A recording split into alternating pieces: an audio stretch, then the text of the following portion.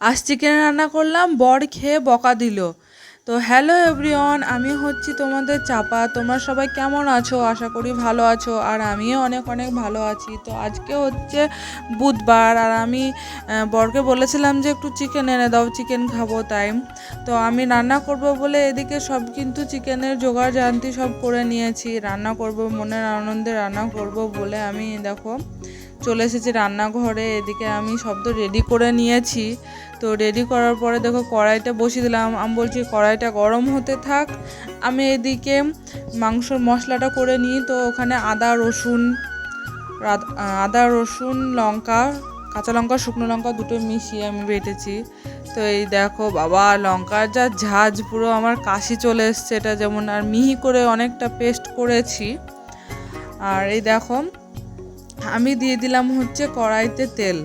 তো কড়াইতে তেলটা গরম হোক, আর এইদিকে আমি চিকেনে দেব হচ্ছে আলু আর পেঁপে আমি একসাথে কেটে রেখেছি।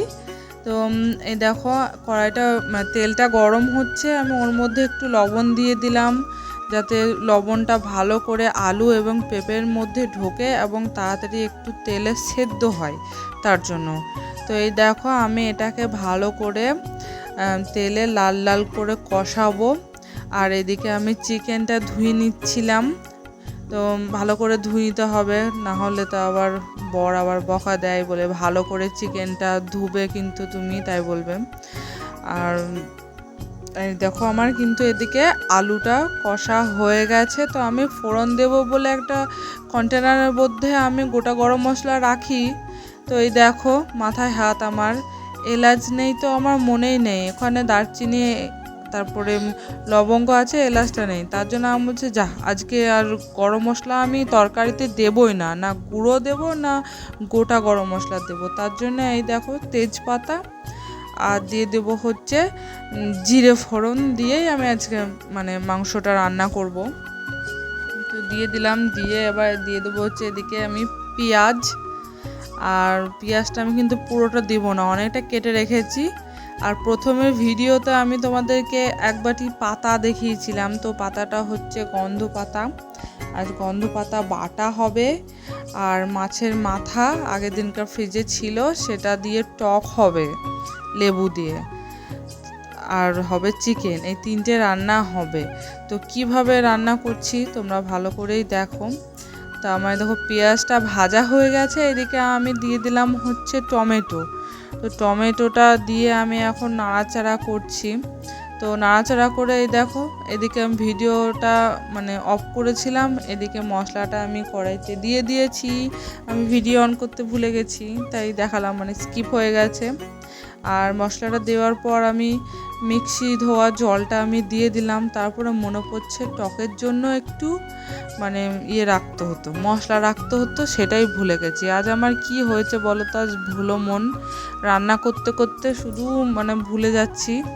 এদিকে পেঁয়াজটাও একটু পুড়িয়ে ফেলেছিলাম বেশি আমি। আর এই দেখো দিয়ে দিলাম হচ্ছে কতটা লবণ, দেখতে পাচ্ছ? তো বর কেন বকা দিল বলো তো? ভিডিওর প্রথমে বললাম আজ তরকারিতে বেশি লবণ হয়ে গেছিল, তার জন্য।